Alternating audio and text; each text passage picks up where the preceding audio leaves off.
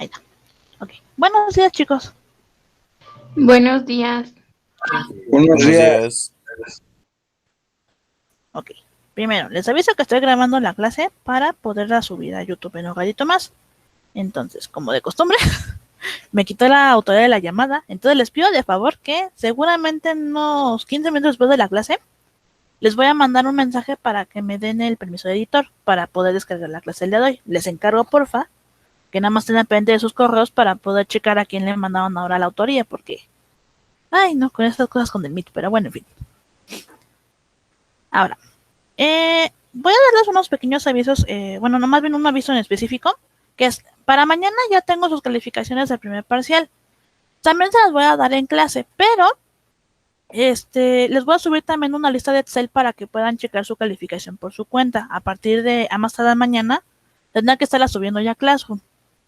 Entonces, les voy a enseñar rápidamente cómo se lee esa lista porque o sea, lo interesante es que en teoría lo hice por colores para que fuese más fácil de leer, pero extrañamente se complican mucho. Así que denme un momento. A ver, supongamos que fueran ellos. Ok. La lista que van a recibir en Classroom va a ser el siguiente. Si se fijan bien, obviamente el nombre completo, obviamente, de ustedes. Y ven algunas columnas como naranjitas y una columna rosa. Voy a aclarar qué es cada cosa. En el caso de las columnas naranjitas son básicamente los puntos que obtuvieron por cada rubro, es decir, por asistencias, por tareas, por producto, por examen y por Constrúyete. Obviamente lo que hayan sacado en cada uno es lo que va a determinar cuánto tuvieron de cada rubro. Ejemplo, las tareas se supone que fueron 6 en total, equivalen a 60 puntos. Si sacaron 10 en las 6 tareas, tiene 60 puntos, por tanto equivale a 3 puntos para su promedio. Si sacaron menos de 10, un 9, un 8, etcétera, obviamente irá bajando ese promedio. O si no entregaron alguna tarea, pues igual. En el caso del producto, pues de nueva cuenta, valía 10 puntos, pues si sacaron 10, pues vale los 13. Si no, pues obviamente irá bajando de esos 3 puntos. En el examen recuerden que eran 30 aciertos y los 30 aciertos me equivalían a 10. Si sacaron 10 en el examen, tienen los 2 puntos que vale el examen, si no, también va a ir bajando. Y en el caso de Constrúyete, recuerden que me entregaron 2 actividades. Si me entregaron las 2 actividades, eso equivale a 20 puntos. Por eso es que estén aquí, si se fijan, déjenme, le pongo un poco más grande esto. No hagas eso. Si se fijan aquí en Constrúyete, de hecho justo tiene 20 si tienen las 2 actividades con 10. Si por alguna razón me las entregaron tarde o yo les puse una calificación menor a 10, obviamente irá bajando este promedio. Supongamos que en una sacaron 9 y otras sacaron 10, 19. Sacaron en las dos 9, 18, depende. En ese caso, obviamente, en lugar de un punto, sería por ejemplo punto 9, punto 8, dependiendo obviamente de cada uno. Y finalmente, ya que tenemos su promedio, digamos, de qué sacaron en cada uno de los rubros, les va a aparecer en esa barrita rosa su promedio, es decir, qué obtuvieron por cada uno de los rubros. En este caso, si obtuvieron todos los rubros con 10, pues obviamente tendrán un 10. Si obviamente sacaron menos, pues se irá bajando este promedio. Pero aquí también no es su promedio final, por eso me interesa que se conecten, déjenme ver cuando lo veo ustedes también, para que no les voy a mentir. Ok, me interesa que se conecten el día de mañana, porque mañana voy a darle su promedio, tanto el que viene en la barra rosa, como el final. ¿Cómo que el final? Si se fijan aquí en la lista, hay algunos recuadros que tengo en amarillo. Este es de otro grupo, pero también en el suyo van a aparecer algunos así. Esos recuadros amarillos significa que tienen alguna participación porque la tarea estuvo bien hecha, o también me falta poner aquí también participaciones. Esas participaciones también cuentan.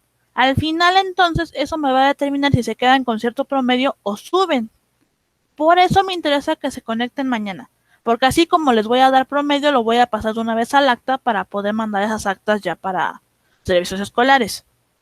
Entonces, esta lista la publico, la van a tener a la mano para que ustedes puedan checarla por su cuenta para ver qué entregaron, qué no entregaron, pero al mismo tiempo voy a dar promedios el día de mañana.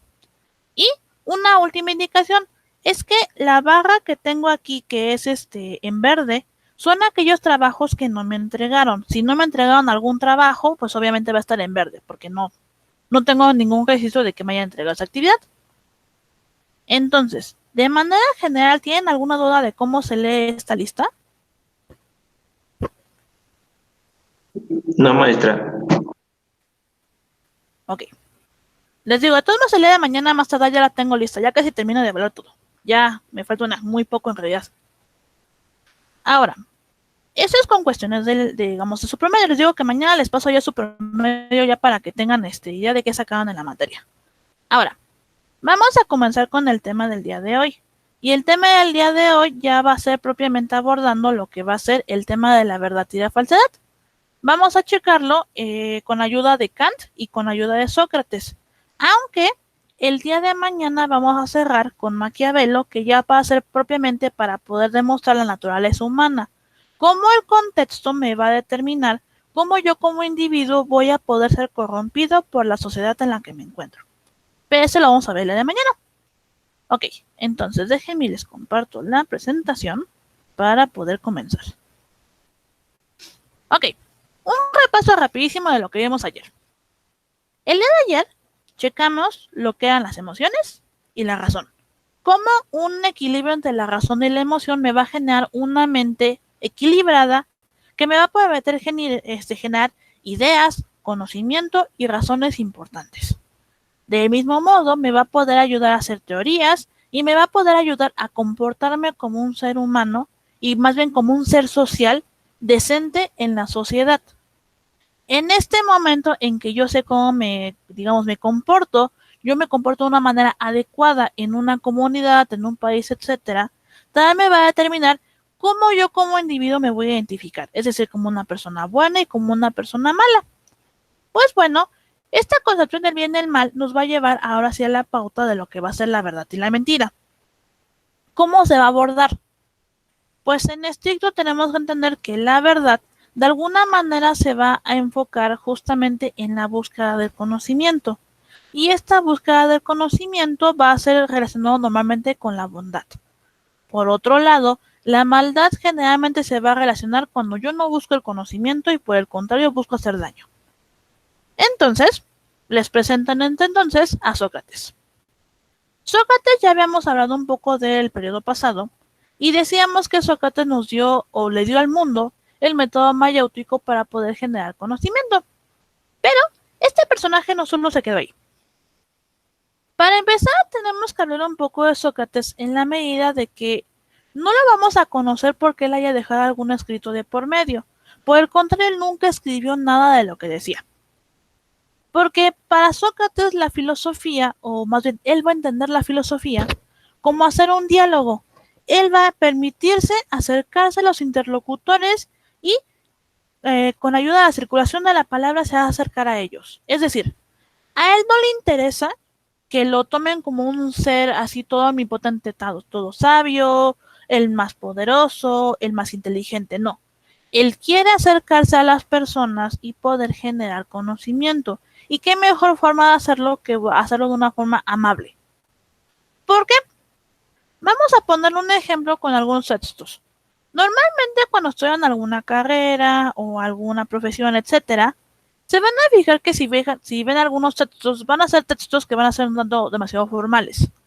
Que a veces usan ciertos tecnicismos que a veces son un tanto complicados para entender. Y eso nos lleva a que en muchas ocasiones perdamos el interés.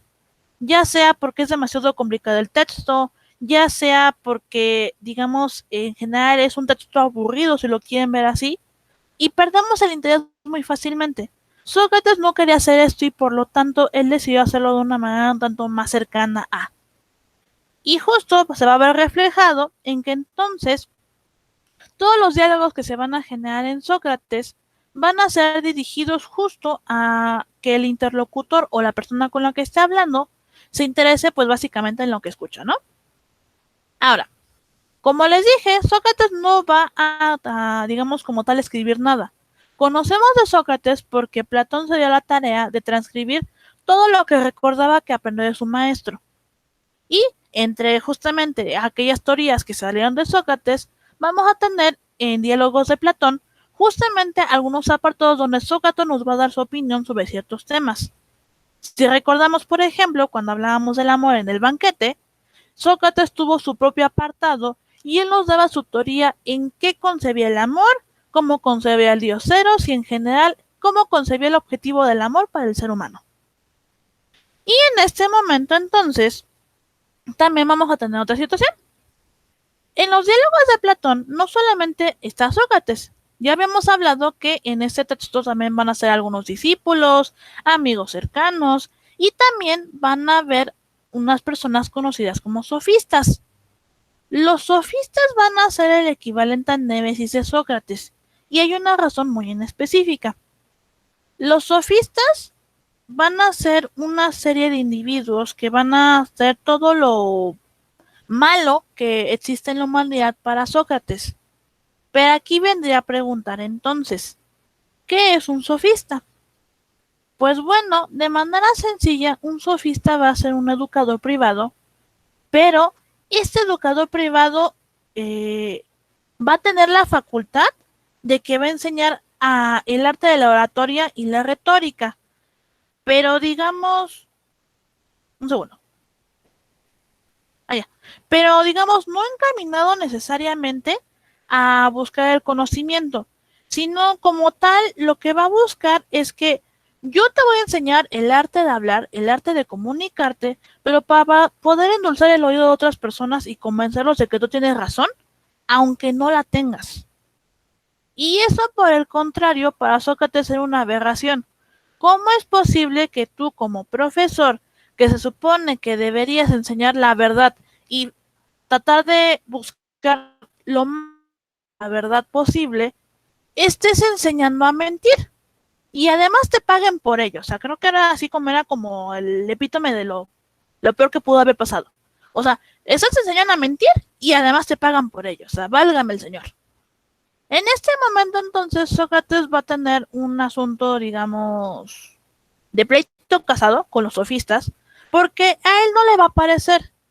Y a Sócrates no le va a parecer no exactamente por esta parte que les paguen, sino más bien por la forma en cómo van a enseñar a la gente a alejarse de la verdad. Porque Sócrates decía que el origen de la filosofía y en general tú como filósofo vas a buscar por naturaleza y como objetivo de vida el conocimiento dirigido a alcanzar un saber verdadero. Es decir, yo como individuo quiero saber la verdad. Y como quiero saber la verdad, entonces necesito buscar siempre el conocimiento enfocado a ello. Si yo, por el contrario, me enfoco en enseñar para mentir y engañar a mis semejantes, eso va a ser una aberración total para Sócrates porque me voy a alojar del objetivo tal cual. Y ese objetivo se debe a que, si ponemos, digamos, en tela de juicio, recordemos la definición de filosofía. Y filosofía literalmente significa amor por la sabiduría, es decir, por el conocimiento. Entonces, si la filosofía es el amor por el conocimiento, obviamente tengo que buscar la verdad. Y entonces los sofistas son una aberración para la filosofía porque ellos nunca van a buscar la verdad. Solamente van a buscar tener razón por encima de cualquier razonamiento. Ahora bien, es debido a ello que entonces vamos a entrar en un pleito casado de el sofista versus el filósofo. ¿Por qué? En primera instancia tenemos que el sofista va a buscar disolver la verdad, convirtiendo la verdad en una mera argumentación, para pues ganar un debate. Van a hacer uso de los sofismas para poder generar, digamos, esta parte de ganar este debate. Y aquí vendría a ponerse entonces la pregunta, ¿qué es un sofisma? Pues bueno, si recuerdan sus clases de lógica, en lógica veíamos que las falacias eran mentiras o fallos en la argumentación. Y un sofisma es prácticamente lo mismo. Es una mentira que se deja entrever en una argumentación, pero que yo la voy a usar para convencerte de que yo tengo la razón. Cosa que de nueva cuenta estaba mal, porque por el contrario, el filósofo de veras va a buscar el conocimiento y alcanzar un saber verdadero, es decir, la verdad. Y aquí tenemos entonces el pleito casado. Falso versus verdad. Ahora bien, justamente en base a esta, digamos, cuestión, digamos, de comportamiento, es que Sócrates va a decir que la filosofía y el trabajo del filósofo va a tener también una ética profesional, es decir, una forma de comportamiento que debería de tener por ser un oficio. Recordemos que el ser filósofo es un oficio, y el oficio es pensar y generar conocimiento. Por lo tanto, la ética en este caso de la filosofía es esa, siempre va a defender la verdad. Y si tú no defiendes la verdad llamándote a ti mismo filósofo, no puedes ser llamado una persona éticamente correcta, porque te estás alejando del protocolo y del objetivo de el oficio en cuestión. Ahora, la cuestión aquí con los sofistas es que justamente en base a esta parte que pues básicamente enseñaban a mentir, es que van a buscar, digamos, ganar dinero a través de esta profesión. Y en ese caso Sócrates va a mencionar que si bien no está mal buscar, digamos, dinero, o sea, no está mal buscar una retribución monetaria por este, digamos, trabajo, lo que sí está mal es alejarse de la verdad simplemente porque yo voy a buscar acumulación de bienes. ¿A qué se refiere con esto? No está mal ser un maestro, en este caso enseñando la oratoria y la retórica.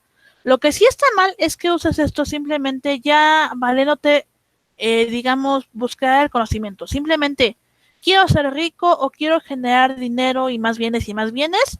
Entonces voy a enseñar esto y me va a valer ya sinceramente lo que se pueda aprender de verdad. Solamente me interesa lo que puedo obtener a través de. Eso es por eso que, digamos, Sócrates no está de acuerdo con los sofistas. Ahora bien, como les dije, como les dije, Sócrates no es exactamente ¿cómo decirlo? Un maestro normal. ¿En qué sentido? Lo usual que esperaríamos de un profesor es que te tuviera en un salón de clases, que estuviera en un pizarrón y te esté dando, digamos, la clase tal cual. Sin embargo, Sócrates tenía un método un tanto más dinámico. Y ese método era el siguiente. Sócrates como tal no daba, digamos, como tal la clase en un aula, sino que él salía y caminaba por los alrededores, seguido de sus estudiantes iban, digamos, con él. Entonces, iban pues platicando, y en estas pláticas él abordaba en un principio, digamos, el tema en cuestión, con la siguiente pregunta. ¿Qué es? Y el tema que hayan elegido. Ahora, para poder ejemplificar esta, digamos, parte en cómo se daba una clase para Sócrates, vamos a retomar un poco lo que veíamos nosotros en el primer parcial del amor.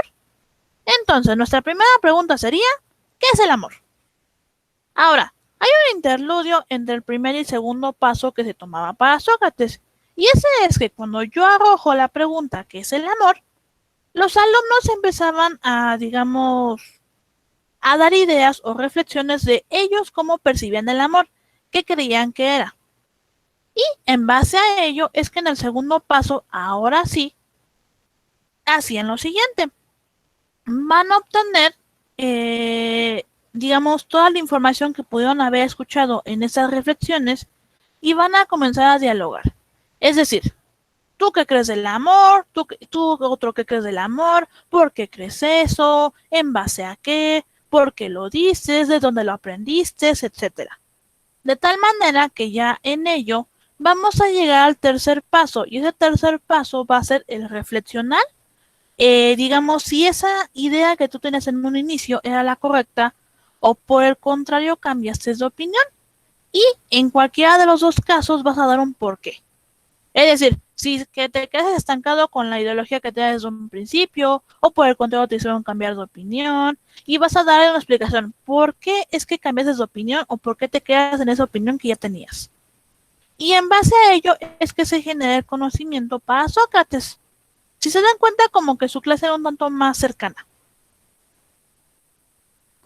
Ahora bien, esto nos va a llevar entonces, esta búsqueda de la verdad, del conocimiento y demás, a que Sócrates va a opinar mucho, no solamente, digamos, en el ámbito filosófico, sino también en el ámbito político. En este caso, Sócrates decía que la democracia que se llevaba en ese entonces para Grecia, de hecho, no estaba tan bien estructurada. Por el contrario, él creía que era una farsa. porque él decía que la democracia en estricto se daba simplemente por medio de la palabra, o sea, por una retórica y sofisma. Y si se fijan, desde ahí empezamos mal, porque estamos hablando de que solamente van a ser personajes que van a hablarme bonito y que van a decir mentiras para convencerme que ellos tienen razón. Por otra parte, debido a que, digamos, se va a estar esta democracia basada en la retórica y el sofisma, va a haber una anarquía porque no va a haber orden y eso nos va a dar una pauta al caos. ¿En qué sentido? Esto de alguna manera se va a oír muy arrogante, pero para Sócrates, él decía que en realidad las únicas personas que debían llevar un gobierno eran aquellas que estaban preparadas para hacerlo. Si una persona, por más buenas intenciones que tuviera, no estaba preparada para ejercer un poder como tal de dirigente, no me iba a ayudar en nada, porque por más buenas intenciones que tenga, solamente me iba a generar más anarquía y más problemas de por medio. Entonces, en este caso, lo que él buscaba era justo esta parte de, a ver, quiero un dirigente que dirija mi comunidad, mi país, lo que sea, a algo mejor, perfecto, pero el dirigente tiene que saber lo que está haciendo. Si no lo sabe hacer, a mí no me sirve. Porque a mí de qué me sirve un dirigente con muy buenas intenciones, pero que no sabe hacer su trabajo. Entonces, en este punto se pone en tela de juicio si realmente los dirigentes, no solamente de la antigua Grecia, sino actualmente, saben lo que hacen o solamente están ahí como pues un adorno. Ahora bien, justo si tenemos que el dirigente no sabe hacer su trabajo, va a haber una anarquía, de nueva cuenta lo repito, pero porque no va a haber un orden, es decir, como no hay un orden, se va a generar caos sociales, vamos a tener derrochamiento de la parte económica, va a haber violencia y va a haber corrupción. De tal manera que vivimos en una sociedad muy caótica porque efectivamente estamos dirigidos por personajes que realmente no saben dirigir. Tienen estudios en teoría que deberían de, digamos, calificarlos para el puesto, pero realmente no saben hacer su trabajo. Y eso es lo que genera actualmente la corrupción que tenemos. Y eso es algo que viene desde hace muchísimo tiempo, no desde ahorita. Desde hace muchísimo tiempo es algo que está aquí y no solamente en este país. Ahora bien, debido a toda esta parte, digamos, que se hace mal, Sócrates va a decir que una polis debe ser gobernada por el saber, no por la palabra. Por lo tanto, no sirve un gobernante retórico, sino un gobernante que sabe dirigir. Esto significa básicamente que a mí no me sirve un personaje que me prometa, voy a acabar con la hambruna mundial, voy a acabar con la violencia, voy a generar más trabajos, voy a darles becas a todos. O sea, no, eso a mí no me sirve. A mí me sirve un dirigente que realmente haga su trabajo y que realmente tenga una estabilidad, digamos, económica al país. Si no la tiene, no me sirve. Porque a mí no me sirven promesas. Quiero a alguien que me sepa de alguna manera sacar adelante a mi pueblo. Eso es lo que manejaba Sócrates. Y justamente debido a esta, digamos, ideología, va a tener la costumbre de usar la mayéutica con las personas, pues, poderosas y demostrar que no sabían nada.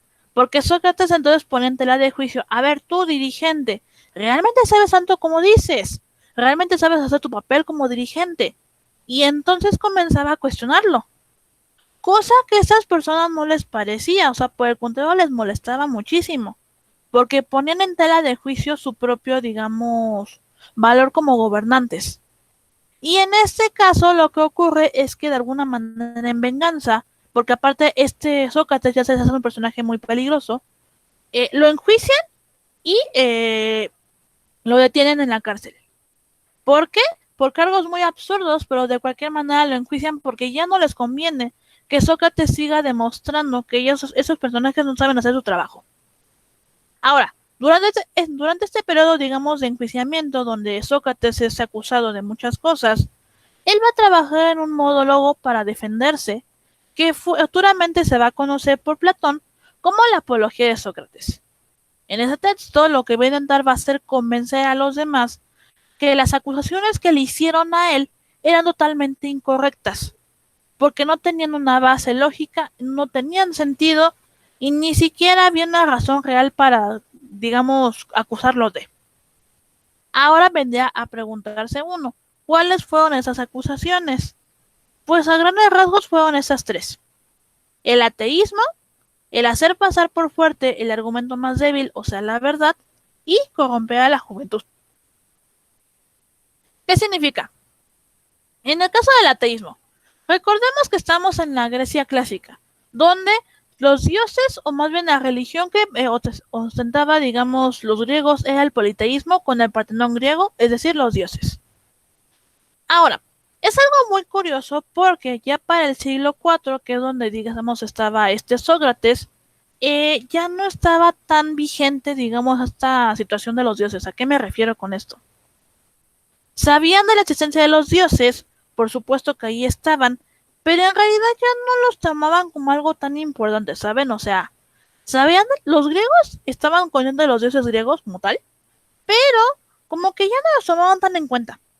Entonces era algo bien interesante porque que lo acusaran propiamente de ateísmo, pues te quedas así de: oye, pero ni tú como dirigente crees tanto en los dioses griegos y que tú me acusas de ateísmo no tiene sentido. Ok, segunda acusación: hacer pasar por fuerte el argumento más débil, es decir, la verdad. En otras palabras, ellos acusaban a Sócrates de crear sofismas. Cosa totalmente absurda porque se la pasaba este personaje peleándose con los sofistas. Justamente por ello, Sócrates siempre buscaba la verdad del conocimiento. Entonces, de alguna manera que le hiciesen decir, o más bien que dijesen que él buscaba la mentira por sobre la verdad, era totalmente absurdo, porque él nunca fue así. Y el tercer punto por el que se le acusaba era por corromper a la juventud, cosa de nueva cuenta muy extraña, considerando que las personas que lo enjuiciaron justamente habían sido anteriormente discípulos de él. Entonces era un tanto extraño, si corrompió tanto a la juventud como ellos decían, ¿cómo es que esos personajes llegaron a la política y llegaron a ser dirigentes de un estado si se supone que él los corrompió? O sea, es muy extraño esta situación. Por lo tanto, la acusación más grave que en este punto se le hace a Sócrates va a ser justo esta corrupción de, digamos, la juventud y el introducir dioses nuevos. O sea, eso era, digamos, lo que según ellos era lo peor que pudo haber hecho Sócrates. Que insisto, si se ponen a pensarlo ya viendo de una manera ya lógica, no tenía ni pies ni cabeza. Pero bueno, en fin. Ahora, esa tentación nos dio pauta a un juicio muy largo en el que justo se empezó a acusar a Sócrates y terminó en que ganó el sistema corrupto y sentenciaron a Sócrates. Ahora, Sócrates pudo haber huido porque en realidad sus discípulos, los fieles a él, lograron chantajear al carcelero que lo tenía en prisión para poder sacarlo del lugar y pues salvar su vida. Pero Sócrates no quiso, porque Sócrates dijo que si él huía, él les iba a dar la razón y iba a aceptar una verdad que no era cierta. Él estaba firmemente arraigado a que no iba a aceptar algo que no era cierto, aunque eso le costase la vida. Cosa que pasó aquí, porque entonces al negarse a hacer esto, llega el juicio de Sócrates, pierde este juicio y lo hacen beber veneno y muere. En este caso, lo que ocurrió al final fue que Sócrates terminó muriendo tratando de defender sus ideales, que era la verdad. Eso es lo que nos dejó Sócrates al final. Ahora, ¿dudas con Sócrates en específico?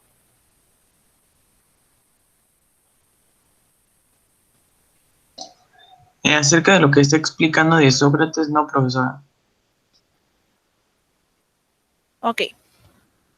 Ahora, Sócrates ya nos dio su versión de lo que era la verdad. Ya nos dio su versión de cómo busca el conocimiento. Y ya nos dio su versión de cómo hasta el final de sus vidas, o bueno, de su vida de él, trató de siempre buscar la verdad, aunque de alguna manera terminó subsidiando por el sistema. Ahora bien, después de Sócrates, estamos hablando de muchos siglos después, aparece ese individuo llamado Immanuel Kant. De hecho, no es de manera, es Immanuel, un momento. Que esto como que me causa conflicto. Ya. Immanuel Kant. Ok. Immanuel Kant va a ser un personaje que va a ser conocido como producto de ilustración. en el sentido de que él va a ser revolucionario con muchas ideas con respecto a que va a buscar una igualdad entre condiciones con respecto a los seres humanos, va a hablar conceptos como el bien y el mal, va a hablar de la verdad, va a hacer una crítica de la sociedad, del conocimiento, de los juicios, etcétera. Pero en este momento lo que nos va a interesar con Kant va a ser justamente en este caso su voluntad para hablar del bien, del mal y de la verdad. ¿Cómo vamos a abordar entonces este personaje? Bueno, para ello tenemos que saber un poquito de su teoría. Y para ello vamos digamos, abordarlo así. Para empezar, él va de alguna manera a concebir a las personas, es decir, al ser humano, como un individuo, digamos, dual, en el sentido de que puede ser tanto bueno como malo. Ya hablamos del bien y el mal hace una clase pasada, pero en el caso de Kant, si recuerdan, yo ya les había hecho un comentario de que él va a concebir el bien no necesariamente por seguir las reglas, sino va a haber algo más de por medio. Vamos a platicar entonces sobre ello. Para él, el bien de alguna manera está inmiscuido en el ser humano, en la medida de que nosotros nacemos con lo que conocemos como una buena voluntad, que básicamente es la intención de hacer el bien. Para Kant esto era algo que nosotros teníamos ya desde el nacimiento. Ahora bien, esa intención de hacer el bien se va a generar en base a la moral. La moral, recordemos que hablábamos que va a ser una característica que vamos a desarrollar por nuestra cuenta y va a ser diferente para cada individuo. Ahora, para Kant específicamente los actos morales me van a definir que yo voy a hacer cosas buenas, pero sin tratar, digamos, de generar una retribución. ¿En qué sentido? Yo voy a hacer algo bueno y no voy a buscar que me agradezcan, no voy a buscar, digamos, una retribución inmediata. ¿Por qué? Porque no me interesa. Realmente a mí lo que me interesaba era hacer lo correcto y ya. No busco que me den dinero, no busco que me recompensen, no busco que me hagan un altar. Simple y llanamente hacer lo que debo hacer y se acabó.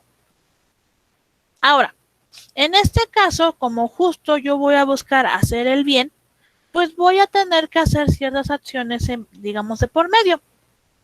Si recuerdan, yo les hablaba que Kant decía que la ética de cada individuo, es decir, si se comportaba bien o mal, se iba a deber especialmente a los tipos de actos que cada persona hace.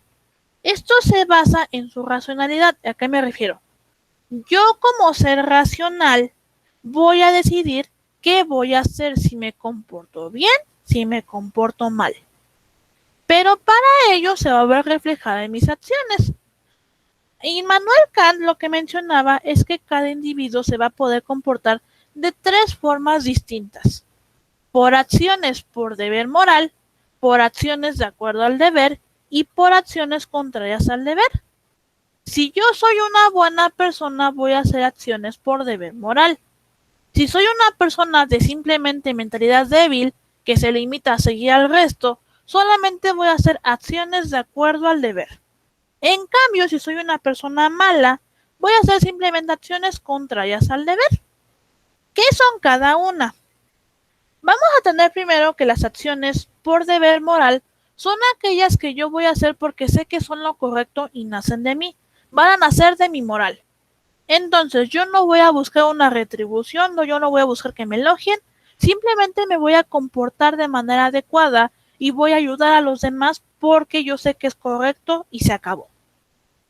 En cambio, las acciones de acuerdo al deber van a basarse simplemente en reglas. Yo voy a comportarme bien, pero porque yo quiero obtener un reconocimiento, porque yo sigo simplemente las reglas o porque me están obligando.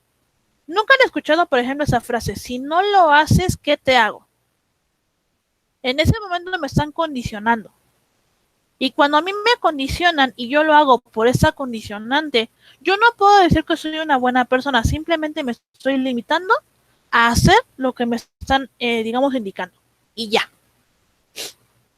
Por otro lado, están las acciones contrarias al deber. Las acciones contrarias al deber, por su lado, son acciones que simplemente me voy a limitar a hacer lo que a mí se me dé la gana y si rompo las reglas no me importa. ¿Por qué? Porque es lo que voy a hacer y ya. Entonces, si se fijan, como que cada uno tiene sus propias connotaciones. Aunque, ojo, aquí también, cuando soy una buena persona y voy a hacer acciones buenas, no necesariamente significa que tenga que, digamos, funcionar a un 100%. ¿A qué me refiero? A lo mejor mi intención es ayudar a una persona a, no sé, a mantener su enfermedad a raya. Pero si esa persona no quiere cuidarse, por más que yo la ayude, pues aunque no haya logrado, digamos, que la persona conserve su salud, no significa que yo soy una mala persona porque fallé. No, sigo siendo una buena persona, solamente que fallé en el proceso. Porque no puedo ayudar a la persona en cuestión. Pero no significa que soy una mala persona, simplemente fallé en el proceso. Y bueno, bajo esa misma circunstancia en que ya tenemos cómo me voy a concebir como una buena o una mala persona, vamos a hacer o vamos a formular lo que conoce Immanuel Kant como un imperativo categórico. Este imperativo categórico va a ser una forma en cómo yo voy a reconocer si me comporto bien y mal, y al mismo tiempo voy a poder determinar, digamos, si yo puedo exigir que se comporten bien o mal conmigo. Pero viene entonces la cuestión, ¿qué es el imperativo? ¿O qué es bueno, sí, que es el imperativo categórico? Pues bien, el imperativo categórico es básicamente una especie como de demanda que nos va a permitir, digamos, reflexionar acerca de cómo nos estamos comportando y hasta qué punto puedo exigir ciertas cosas. Es decir, actúa de tal modo como si tu máxima fuese universal. Esto básicamente significa, si yo lo hago, los demás también pueden. Aquí va a aplicar de la siguiente manera. Si yo soy una persona grosera, soy una persona, no sé, muy agresiva, y voy por la vida, no sé, empujando a las personas, contestándoles mal y demás, todas las demás personas también lo van a poder hacer, porque yo me estoy comportando de esa manera. Si a mí no me gusta que me hablen feo, si a mí no me gusta que me hablen grosero o que me golpeen, pues yo no lo voy a hacer. Porque entonces aquí Kant va a decir que no podemos exigir algo que nosotros no estamos brindando. Yo quiero respeto, tengo que dar respeto. Yo quiero de que las personas, digamos, sean honestas, yo tengo que ser honesto. Y aquí va a ser una pequeña queja que tengo justo con una marcha que ocurrió por lo del Día de la Mujer. Yo estoy completamente de acuerdo en exigir sus derechos como mujeres y estoy totalmente de acuerdo en exigir una, digamos, una mejor protección para la mujer en cuanto a sus derechos, obligaciones, leyes, etcétera.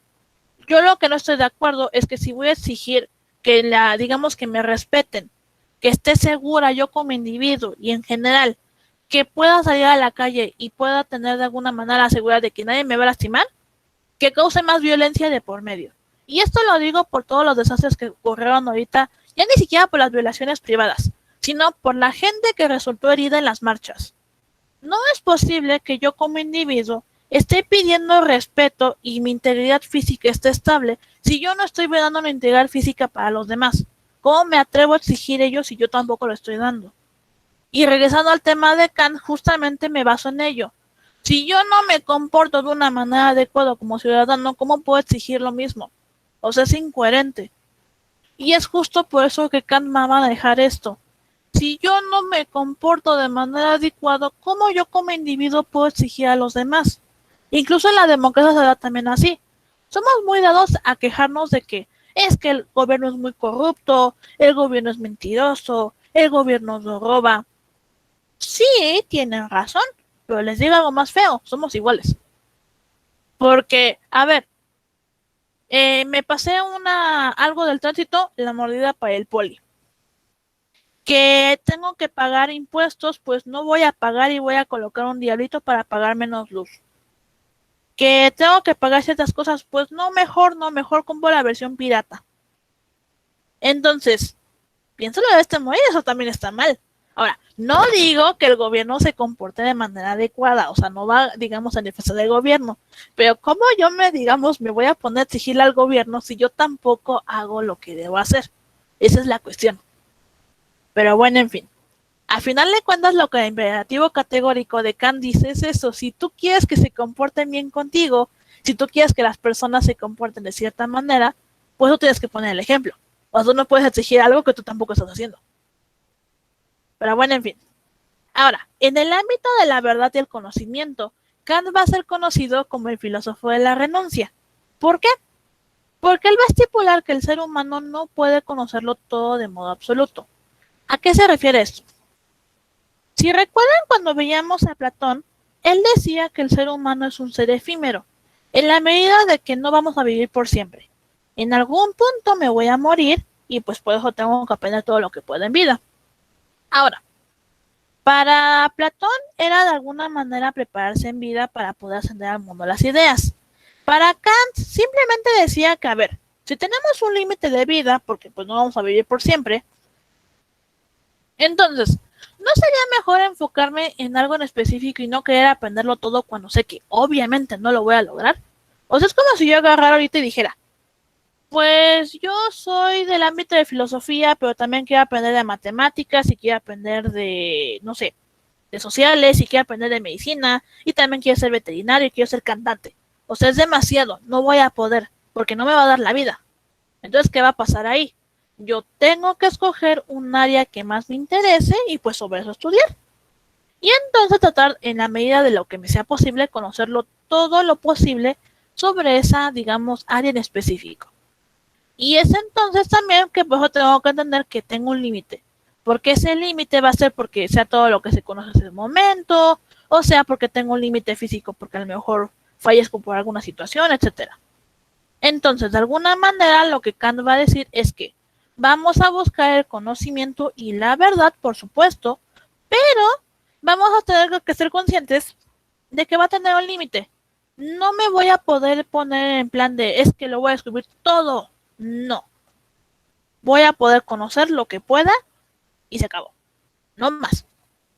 Ahora bien, justamente en base a esto de que no voy a poder conocerlo todo, porque insisto, no tengo tiempo, no me va a dar una vida no va a ser suficiente, es que debemos concentrarnos en lo que podemos conocer y saber.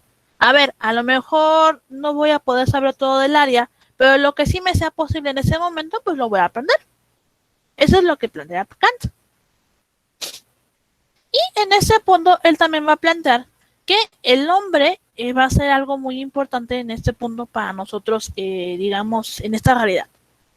Entonces habría que preguntarse para Kant, ¿qué es el hombre? Y para Kant, el hombre va a ser el centro del universo, pero digamos, no lo va a decir por arrogancia. En este caso, lo que Kant va a decir es que todo se compone en función de lo que el ser humano puede construir como sentido de la realidad. ¿En qué sentido?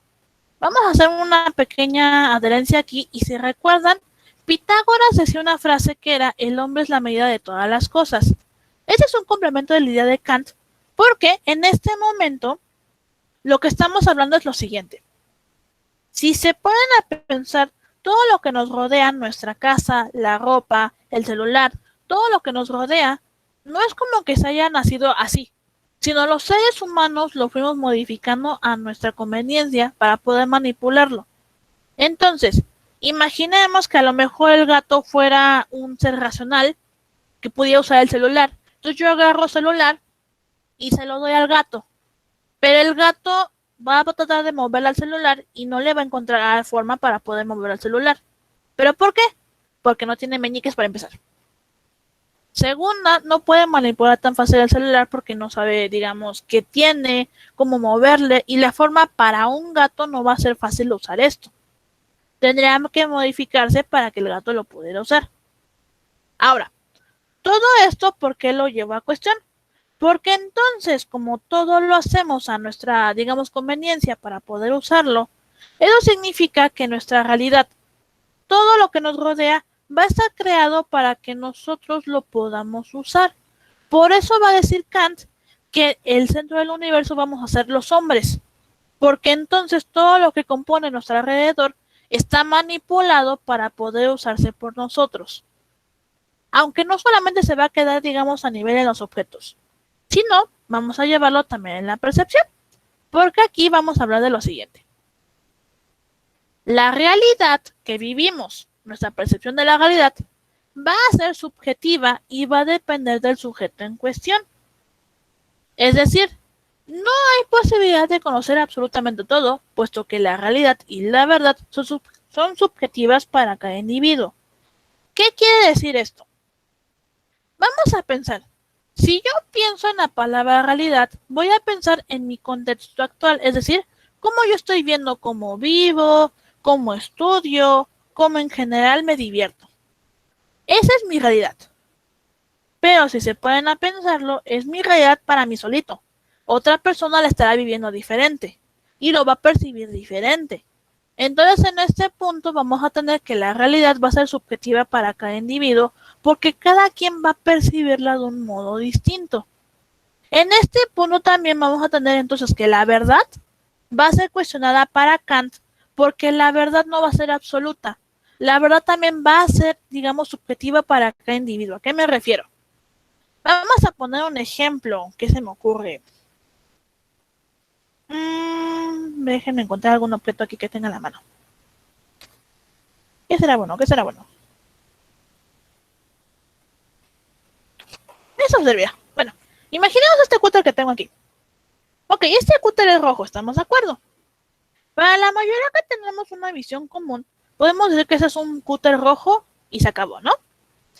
Pero ahora vamos a ponernos en la perspectiva de una persona que sufre de daltonismo. En el caso del daltonismo van a percibir que este color no lo van a percibir tal cual. A lo mejor lo van a percibir en otro tono o inclusive en otro color. ¿Qué va a pasar ahí? La realidad para esa persona que padece de daltonismo no va a ser que mi verdad va a ser que esto va a ser rojo, sino que va a ser otro color. Y aquí radica justo la verdad. Cómo percibo mi entorno y entonces cómo la verdad va a poder ser cambiada dependiendo de cada individuo. Por eso es que Kant va a poner en tela de juicio esta verdad. En el caso de Sócrates, se le decía que la verdad se va a buscar a través de la charla y a buscar todo lo posible que me sea en ese momento. Pero para Kant va a depender mucho de la percepción. Si yo como individuo lo percibo de cierta manera, no va a ser una verdad para mí igual a la que sea para otra persona. Y esto va a ser un asunto muy duro, porque entonces vamos a tener que preguntarnos entonces aquí, ¿qué es la verdad? Y la verdad para Kant entonces va a decir lo siguiente. Si bien la verdad y la realidad van a ser subjetivas porque cada individuo va a ser diferente la forma en cómo va a percibir el mundo, la verdad va a tener algo que conocemos como un patrón. Va a haber algo que los seres humanos en general vamos a identificar de manera, digamos, continua y entonces vamos a poder crear digamos, un acuerdo de qué es esa verdad. Y por lo tanto, la verdad puede ser similar para cada individuo, puesto que compartimos ciertos elementos de percepción. ¿A qué se refiere esto? A que a lo mejor no lo percibo exactamente igual que el compañero, pero sí vamos a percibir algunas cosas iguales y vamos a poder decir que eso es, digamos, la verdad. Un ejemplo. Pensemos que a lo mejor estamos en la calle y vemos un cielo que tiene a lo mejor una cota nube, pero está despejado, ¿no? El clima es agradable. Entonces, yo digo que digamos, el cielo está despejado. Le pregunto a mi compañero de al lado, el cielo está despejado. Le pregunto al vecino, el cielo está despejado. Entonces, en este caso, y le voy a preguntar, bueno, ¿y tú cómo percibes ese cielo? No, pues despejado, pero como con unas estelas como de grises haces de la contaminación, ¿no? Y a lo mejor mi compañero va a decir, no, pues yo no veo esa cosa gris que dice, pero yo lo veo despejado. Y tú vas a ver, pues como que yo sí veo esas cosas estelas grises, pero no lo veo gris, ¿no? Lo veo como naranjita. Pero pues igual lo veo despejado. ¿Qué pasó aquí? La verdad en general va a ser que el cielo está despejado. Simplemente se va a percibir distinto para 3 personas en cuestión. Pero mi verdad de manera, digamos, universal va a ser el cielo está despejado. Entonces, de manera específica para Kant, la verdad va a ser aquello que percibimos y que tenga ciertos patrones que sean iguales para cada individuo, aunque no necesariamente se perciba exactamente igual. Ahora bien, bajo estas situaciones que entonces tenemos que la realidad no es lo que es, sino lo que somos. Es decir, cómo percibo mi realidad y digamos el contexto donde esté. Y aquí justamente les puse una imagen que es cuestión de perspectiva. En este caso tenemos una pequeña islote de una persona que naufragó ahí, y cuando ve a una persona que va como en una especie de canoa como a cierta distancia, barco, me voy a salvar. Pero en este lado, por el contrario, en la, digamos, la vista de ese tipo que viene del barquito, pues de hecho es un bote a la deriva, y este tipo pues está todo asustado porque pues por fin ve tierra después de mucho tiempo. Entonces, tierra. Cuestión de perspectiva. ¿Dudas hasta aquí, chicos? Por mi parte, ninguna maestra. No, profesora. No, profesora. Ok. Los voy a dejar hasta aquí porque especialmente esta parte de la perspectiva en esto que la dijeran bien. El día de mañana vamos a terminar el tema con Maquiavelo. Maquiavelo es un poquito más sencillo de checar, porque nada más vamos a ver un poco de lo, digamos, de su percepción de la naturaleza humana. Entonces, mañana terminamos con Maquiavelo y les doy sus calificaciones del primer parcial para que, digamos, las tengan conscientes. Si por alguna razón no se pueden conectar, no se preocupen. La lista también se las voy a subir a Classroom en un archivo de Excel para que la puedan revisar. Y bueno, pues no tienen más dudas al respecto, pues era todo por el día de hoy. Ya se pueden retirar. Nada más les pido de favor que se estén al pendiente del correo en el caso de que del que se haya quedado con la llamada para que me permita bajar la clase. Ok, profesora. Buen día. Claro, Hasta luego, chicos. Excelente clase. Hasta luego.